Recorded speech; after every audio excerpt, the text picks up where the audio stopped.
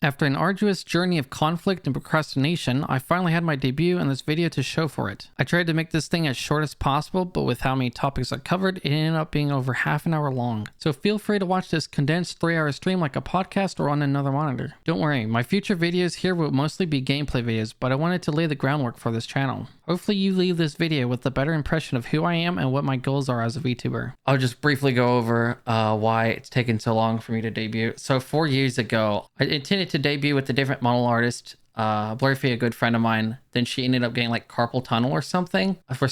She's still not really sure, 100% sure. We're still not really sure what it is, or like tendonitis or something. So she could not finish it. But unfortunately, whilst working on it, like it took us like maybe 2 years to realize that's probably not gonna be able to happen. So I ended up looking online and I found Chisako. I realized they, in my opinion, undercharged themselves. Who and what am I? I'm originally human, but I'm technically, you can consider me a cat. Age 24 as of today, because this is my birthday, May 10th, baby. I figured doing a debut on my birthday would be convenient for people to remember the anniversary. It's like, oh yeah, you debuted a year ago and you're, you know, a year older. Like this is your birthday and your model debut, which is like so hype. My height is 5'10" or 178 centimeters. Google tells you 178 centimeters is 5.9, but 5.9 and 5'9" are different things. This is a pet peeve of mine, so this is why I'm talking about this. When everyone translates centimeters to inches or inches to centimeters, they forget that for some reason Google gives you foot decimal, not foot inch. So that's, you know, that's something I want people to know. Whenever you're doing conversions, you most likely F it up if you go by Google. You have to, because there's 12 inches in a foot, but in a decimal, it's 10. Weight is 9 pounds, 4 kilograms. The joke is that that's the average weight of a cat. Anyways, for the lore, a curse was laid upon me many years ago that turned me into a cat for a few years. I still maintain parts of my female past after being turned back into a human out of nowhere. Incidentally, when my curse broke, it became stable, which only allows me to have some control of it. I can change my form somewhat, but am ultimately stuck. Looking like this, my shape-shifting is limited to the constitution of a human or a cat. I still don't know the cause or meaning of the curse's creation or disruption. So this lore is actually related to my real life lore. Those years I quote unquote was turned into a cat here is related to me being in foster care as a child. So I was away from my parents for like 2 years. And essentially I thought it would be cool to incorporate that into my lore because it's like I didn't feel like I belonged anywhere in those 2 years. I like the idea of shape-shifting. So that's why I always was like a fan of like Beast Boy from Teen Titans. I thought shape-shifting was the coolest superpower. It was always a superpower I wanted to have. I was like, you know, what if I have like some limited shape-shifting? Not like, oh, I'm a dragon and all this, but it's like, oh, I can turn myself into a cat. Something I can incorporate into a model in the future once I have like enough money to buy a fucking cat model. Also wanted it to be like some shape-shifting over my form. Maybe I have like a gender bent version. Maybe I'll have like a version where my hair is not blue, but my hair is like brown. Maybe I'll have a version where I don't have cat ears, but it's like ultimately I'm stuck in like this kind of form. I kind of like the idea where it's like at the end of the day, even with limited abilities, limited shape-shifting abilities, at my core, I'm a fusion of a cat and a human.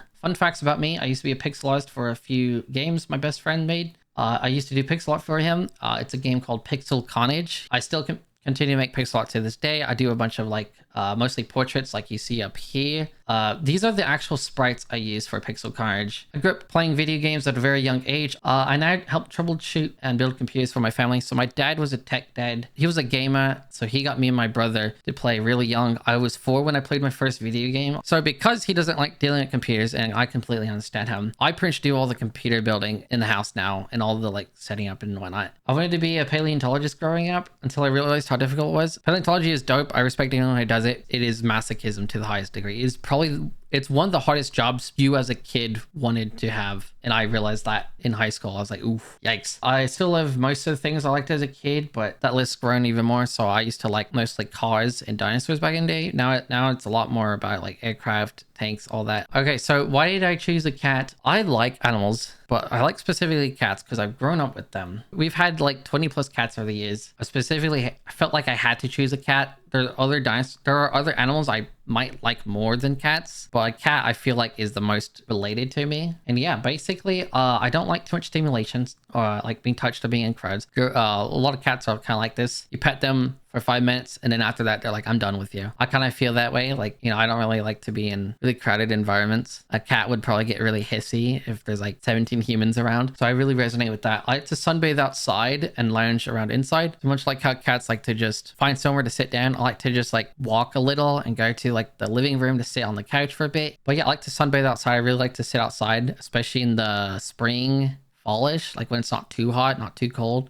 My energy levels vary wildly throughout the day. So like cats, they like to do this thing where they run full speed out of nowhere and then get it out of their system, and then they're chilling for the rest for like 2 hours straight. I'm not as sporadic as that because cats have a very obviously like different circadian rhythm. But I noticed my energy, like I'm very like low energy throughout the day, and then towards like the final like 5-6 hours, then I have my energy. A lot of this is related to ADHD. I'm easy to distract or spook. Just like my cats, they get like, you dangle the keys in front of them and they go crazy, or you literally do nothing but step forward and they get scared and they jump. It takes me a while to warm up to people, but sometimes not all. So there's certain people I instantly mesh with. The cats are like that too. Sometimes cats will be like, I'm sure everyone has had an experience with a cat where it's just like, oh, that was easy. Okay. Like they let you pet you instantly. It's like, okay, that's cool. And then you have times where it's like, man, I've been with this cat for like 2 weeks. He's only now just getting used to me. I'm rather irritable if I'm uncomfortable, sleepy, or hungry. Just like most people, I have a very short temperament when it comes to if my needs aren't satisfied. I have a very short temperament, just like how cats will very quickly. If your cat is like meowing at you constantly, wanting food, the instant you do something, like if you pick them up when they're hungry, they might attack you. If you pick them up when they're not hungry, they're just chill. Not attack you, but yeah. The term catty exists for a reason. When I'm not causing chaos, I tend to myself. So there's times where I like to be more... and this is all like very like quirky. It's a very quirky list, but I think it's very interesting. The connection to the psychology of how I relate to cats the most, even though they're a completely different species. But generally, I'm very, very reserved, but sometimes with the right friend group, we like to do a little trolling. I'm low maintenance and can take care of myself if I have to. I don't lick myself clean, but other than that, I'm pretty like, I don't really need much. Just give me like a house, like a studio apartment, and I'm good. Maybe a one bedroom apartment, and I'm good. What I like and don't dislike, I really like animals in general, especially dinosaurs. I think lately it's kind of switched around though. I used to really love dinosaurs, but I feel like animals are just like the animals we coexist with now are a little bit more interesting because there's a lot more information out there available. I really like space, rocket science, astronomy in general. That stuff is really cool, really nerdy. A lot of this is really nerdy, but yeah, fantasy based on the past. You know, I really like fantasy. I think it's more exciting than future stuff, not because like the futuristic sci-fi stuff isn't interesting. I just don't think as many people have explored the possibilities of futuristic stuff as well as they could have compared to like fantasy stuff. But that's just me. There's a lot of cool stuff like I'll probably enjoy doing, but I'm like, dude, it's just because it takes so much more imagination because it's based on technology that isn't around. But yeah, I do think fantasy squeaks it out for me. I think it's really cool how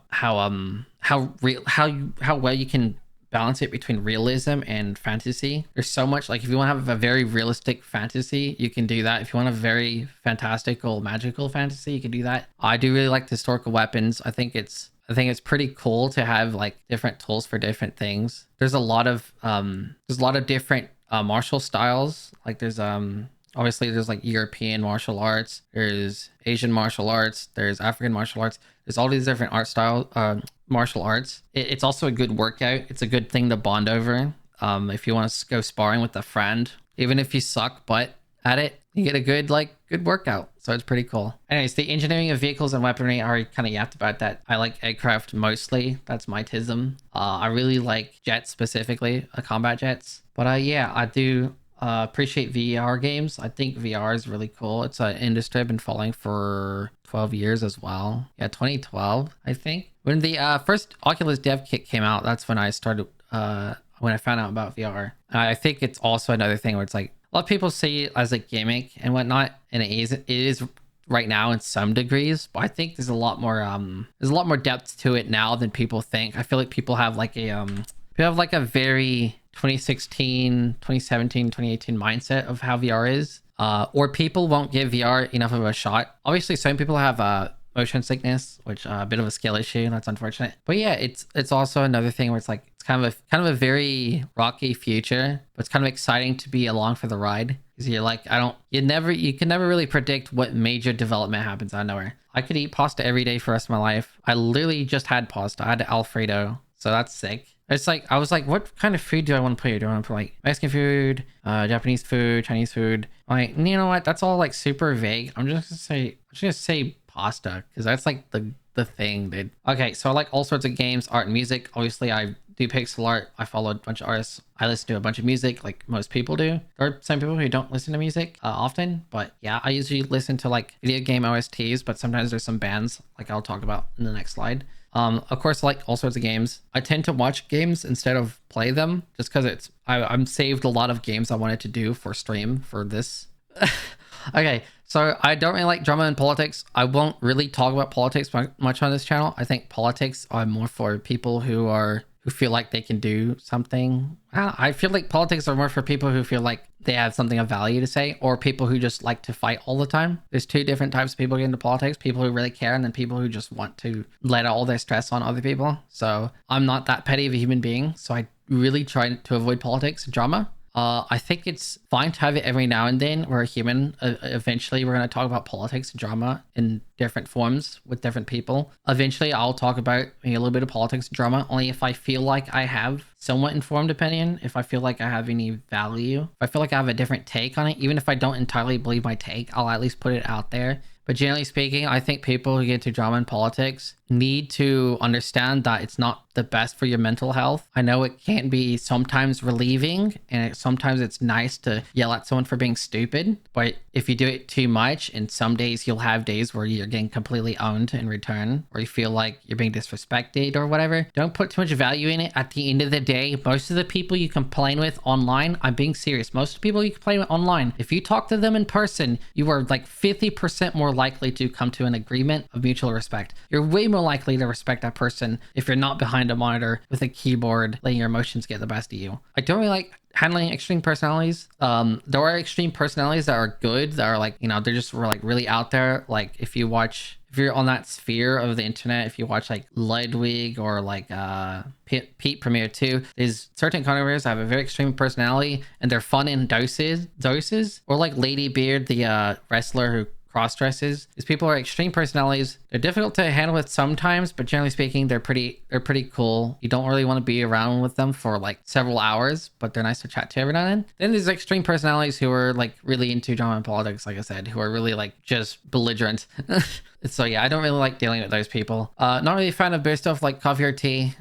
Get mad at me, I guess. It doesn't really, like, I know some people take coffee or tea like it's their life and they rely on it maybe a bit too much. It's like, I don't know, fuck it. If I have child taste buds, I have child taste buds. I like pasta, I like mac and cheese, but you know, I can't really deal with tea or coffee. But at the same time, I haven't really tried much. I've had some coffee, but it's never really helped me that much because with I have like multiple different forms of ADHD. So with my ADHD, caffeine is less effective. Caffeine with some people who have ADHD is less of a stimulant in terms of like more energy and more of a something that helps them focus. So my ADHD, if I have a lot of caffeine, it'll maybe boost my energy a little bit, but for the most part, it just makes me think more clearly and focus better. So I don't really feel like I need coffee or tea, so I don't really expose myself to it in order to like it. But so far, I don't really gel with it. I say that as a 24-year-old who's, you know, most people have a coffee addiction by like 16. So seafood creeps me out, but I'm sure it's tasty. But seafood, I just don't really like it when I notice the food I'm eating. Like I don't really like eating fish and seeing the face. I've always been like this growing up. Like the only meaty thing I can eat that has like bone and all this stuff is like chicken, and even then I get a little squeamish. I don't know why it is. I know seafood is awesome and whatnot, but every time I've had seafood, I'm like, this isn't like I probably had the wrong seafood, but I'm like, this isn't really that tasty. I don't really mind it if I can't really notice it. But like, dude, just cut off the tail, or you know, if it's shrimp, just get rid of the skin for me. Get rid of the leg. I don't want to see. I don't want to be able to recognize what I'm eating, like clear as day. I don't really like dense, clingy, or clumsy characters. Well, not really. I don't really like, but I find them hard to tolerate in anime. Not all the time. I do, generally speaking, like them, but it's some of my least favorite tropes.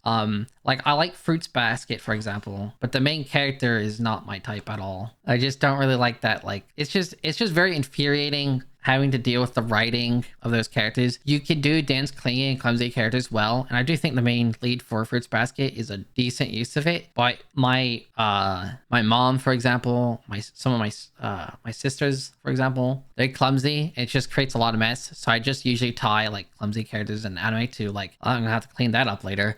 I find them usually poorly written. And I find that they're usually, those archetypes are used as like, they fill a lot of plot holes and they make a lot of plot points out of like, it's just, they usually are lazily used to like, hey, this person dropped their books and now they're in love with this person who's picking up the books trope, that kind of stuff. And it's just really annoying having seen characters who are like, oh, they don't love me though. We're just chill like that. And it's just like, dude, this person's clearly swooning over you. Or they're like clumsy or clingy and they're just always on to you. I don't really like that. Like I said, with personal space, I find them kind of incessant. Oftentimes they're written very in your face, and I'm, like I said, with the extreme personalities, I mean, like that stuff that's like in your face. The whole yandere trope is my least favorite type of dairy. That like dairy stuff, I do think I'm not really like romantic by any means, so I don't really gel with that stuff. I don't really get it. I don't really like feeling angry or getting riled up. I was wanting to do like more rage games, but I don't really like that feeling of rage. So if I do play rage games, maybe like Jump King, something that's a little bit more entry level. I don't really like getting riled up. That's why I usually avoid drama and politics. It doesn't really feel good when you're getting into a conversation or you're getting into an argument with somebody, because it's just like, I could be doing something that makes me happy instead with that time. But yeah, I'm more likely to do stuff I regret when I'm in a bad mood. So yeah, and it's a very basic answer, but some people really do like getting angry and riled up, and those are the people who are on Twitter all the time for like too much time. So yeah, I don't really gel with that. So my favorite, this is like my 3x3. So these are non-games, 9 anime and non-music that represent me. So Genshin Impact, I think it's a really nice, beautiful game, despite like the community being very obsessive, and there's a bunch of negative stigmas about it, especially about it being a gacha game, even though it's not really that predatory of a gacha game, like at all really. Generally speaking, you can get the characters you want within a reasonable amount of time, and you can build like as long as you're not doing the Abyss, you can build like a team that does everything you need without spending any money for like easily. People who usually complain about like it being a gacha game don't usually play it that long. They'll maybe not play at all, or they'll fail to get the character they want within a reasonable time, and then they just leave. And like, bro, there's so much more gameplay. Gacha is the least important part. There's so much emphasis on it being a gacha game and not it being like a really beautiful game. It's still one of the most beautiful looking open world games, especially that you can have on mobile. There aren't many open world games on mobile for obvious reasons. Yeah, it's gorgeous. The story is really deep. Terraria is about as perfect as it gets, is what I wrote in the notes. Made by some of the most passionate developers. I have like no complaints about Terraria. It's one of those games that just gets better and better. They know what they're doing. They test things out. They don't rush updates. Minecraft and Team Fortress 2 I have on here, both under one category. They just have really fun communities with a lot of really good content, especially back in the day. Those are nostalgia hits. Prong Orange is the first game I hit 1,000 hours in that I know of. Yeah, it's a dinosaur game. I like said I like dinosaurs a lot. This is one of the dinosaur games that got me like, this is the game that got me out of my shell. This is the game that made me start socializing. I was very kept to myself and antisocial. Prong Orange got me friends, like the one I made pixel art for. Warzone is my most played video game ever. I'm at like 7,500 hours. I'm almost at 1 year of playtime on that. A lot of it's like half of that is just spent screwing around, not actually playing, like doing anything crazy. Usually just hanging out with friends and like custom matches, or just having the game run in the background while I watch videos or something. Maybe I'm just looking at the vehicles or flying them around. A lot of like casual stuff, but probably, you know, the other half is actual gameplay. I have like more hours than a lot of my friends, but they have more actual matches than me. I just loiter a lot in that game. Oh yeah, Spore is so good. Spore, still don't know to this day why it hasn't been a remake of Spore. Spore is like, if there is any game that needs to be remade, it is Spore. There's like a Spore-like game that was being worked on and it just kind of died. I have no idea what happened to it, but Spore is so freaking buggy on modern systems. It's so sad. You'll see people who play the game now and they're like, oh, everything's crashing all the time. I'm like, I swear to God, it didn't crash that much back in the day. That's a game that holds a lot of memories. It's a 2008 game. There's a lot of memories for many people. City of Heroes was my first ever video game back when I was 4. My dad got me into it. He used to sometimes make videos on it, which is where I found out kind of about YouTube, from City of Heroes, from him. Played this in 2004, like a year or two later, I found out about YouTube and really went into that. But yeah, it's a very cool game. You get to make heroes and villains. It's a like role play, and there hasn't really been many MMO games like that have captured that same kind of feeling. It was like the competitor to World of Warcraft at the time, if that gives you any idea of how big this game was. Rest in peace. It died in like 2012, so that's unfortunate, and it had a very painful, rough last few years, but had a good run. Or to talk about anime, Konosuba was like the first. It's definitely my most favorite isekai. I do like ReZero. I think people complain about the main character too much, but I like Konosuba more. It's more enjoyable for me. Super rewatchable. It's one of the few anime I ever rewatched. I watched it in dub and sub. It's also one of the few anime that is as good in sub as dub. Both of them are equally as good because they both feel like they're just fucking around in the booth, and I love that vibe. It's one of those shows, just like JoJo's Bizarre Adventure, that you can just watch in both languages and really enjoy it equally as much. Mob Psycho, Mob Psycho is really fun. I enjoyed it a lot, like a lot. First season is good, but second season's really good, and third season is something I'm still not sure how I feel about. Not that it's bad, I just don't know where it places. I don't think it's as good as season 2, but it's probably better than season 1. But yeah, it had a lot more substance than I expected. There's a lot more character development than anticipated. It's one of those shows that seems like really goofy, and then you watch it and you're like, oh, this is actually deep. Bunny Girl Senpai was very creative. I felt like there's a lot of creative tropes that, or not tropes, but like plot points being discovered that weren't really commonly done. Made me feel strongly about the characters. It has a lot of play on how like being a teenager and your mind affects how you live. Basically, if you have like, I don't know, a certain affliction, like maybe you're subconscious about something, that self-consciousness can physically hurt you if it riles you up or whatever. It's hard to explain, but yeah, it's a lot of the teenage feelings. Instead of just being like something you struggle with mentally, it's also something you struggle with physically. Surprisingly well written for something that you watch. You see like the cover of it and you're like, this is goofy. This is just like fan fiction bait, and then you watch it and like, wait a minute, they have a point. Okay, I have here Vinland Saga, Hunter x Hunter, and JoJo's Bizarre Adventure are great journeys with amazing world building and character development. Yeah, Hunter x Hunter I really liked. It's like 144 episodes, 140-ish episodes, and it's something I would rewatch. I don't usually watch shows that go into the hundreds of episodes, and I don't really rewatch shows that much, but I would probably rewatch this show.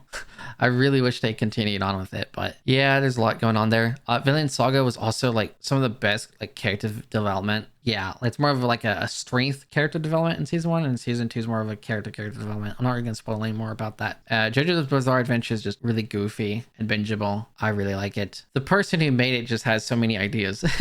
That's all I'm gonna say. That the person has so many ideas. It's crazy. Not all of them stick, but most of them do. And they also have good style. Evergarden was beautiful. Violet Evergarden was very beautiful in every way possible. And super emotional as well. I did cry in that one scene, so that's all I'm gonna say. Asobi is my favorite comedy. Made me laugh the most. I don't think there's any anime other than maybe Konosuba that's made me laugh this much. It's so funny and stupid. I love it. It's my go-to recommendation for people who want a comedy. Yeah, not much to say about that. Go check it out if you want. Girls in Panzer is it's one of the most recent shows on this list for me, as in when I watched it, not when it was made. I watched it with my friends, mostly one friend. We watched it all. We binged it all in like a week or two or whatever, off and on. That was so damn fun. And it had way better animation than I expected. I almost never watch anime with friends because I generally like to experience it on my own. I feel like it's much better if you watch it with friends. For music, Biggie Smalls is my favorite rapper of all time. I do think he's the most fun and still talented rapper of the 90s. And I think his stuff still like blows a lot of the modern rap out of the water. Not saying the modern rap is bad. There's a lot of really good modern rap. I don't usually listen to rap a lot, but I listen to it sometimes because of my friends. Linkin Park,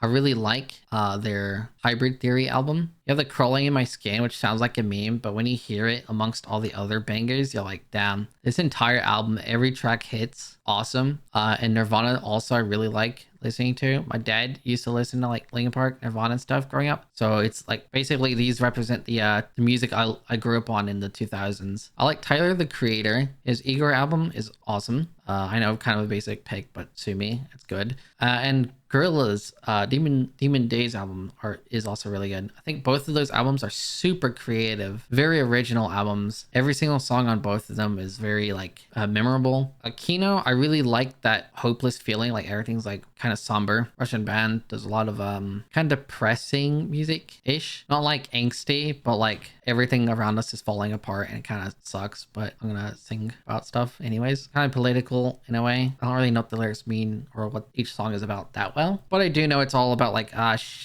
shit is falling apart and that kind of sucks. Oof. Lamau, Carpenter Brut, like their music just doesn't age. Like you can listen to our music back when he made it and now it's just like equally as much of a banger. It's all super catchy. It makes you feel like a badass listening to it. Almost everything he's put out has been amazing. Ooh, Lamprey is severely underrated. I Am Lamprey is someone that I found out through Moist Critical, Charlie, Penguin Zero, whatever.